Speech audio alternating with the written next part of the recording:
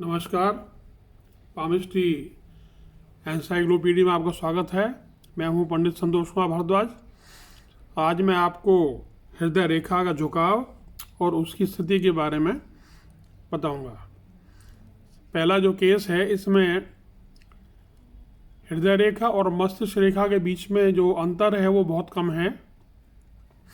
ऐसी स्थिति में, और दूसरी बात क्या है कि जीवन रेखा का और मस्तिष्क रेखा का जोड़ बहुत लंबा है। ऐसे जातक अगड़ू, कठोर और जो व्यवहार करते हैं वो केवल दिखावा मात्र होता है और ये दुख का प्रतीक भी है।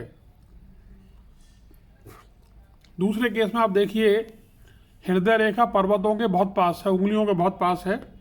ऐसे जातक हठी होते हैं, एक्सट्रोवर्ट होते हैं, बहिर्मुखी और जोर जबरदस्ती करने वाले होते हैं।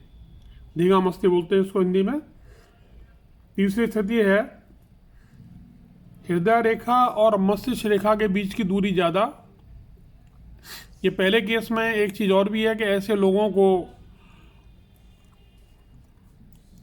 कुछ बीमारी होती है, सांस लेने में दिक्कत होती है, और ये दोनों हृदय रेखा और मस्तिष्क बहुत दूर हैं।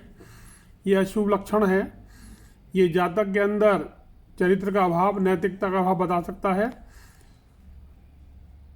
और अगर हाथ में अन्य शुभ लक्षण हो तो उसका परिणाम ज़्यादा बुरा नहीं होगा।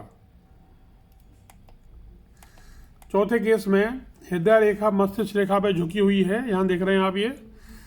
ऐसी स्थिति में मस्तिष्क हृदय पे शासन करता है, यानी जो जातक है वो अपने संबंधों से ज़्यादा अपने मन की बात को सुनने की बजाय दिमाग की बात को सुनता है। पांचवें केस में हृदय रेखा मस्तिष्क रेखा झुकी हुई है और संकीर्ण चतुर्भुज है। ये दोनों रेखाएं बहुत पास हैं और चंद्र पर्वत उठा हुआ है। ऐसी स्थिति में जातक का दोहरा चरित्र होगा। जातक कल्पनाशील होगा, बहुत ज़्यादा स्वार्थी होगा और झूठा होगा। जो छठा केस है, इसमें आप देखेंगे कि मस्तिष्क और हृदय रेखा दोनों बहुत पास हैं और यहाँ ये हृदय रेखा लहरदार है।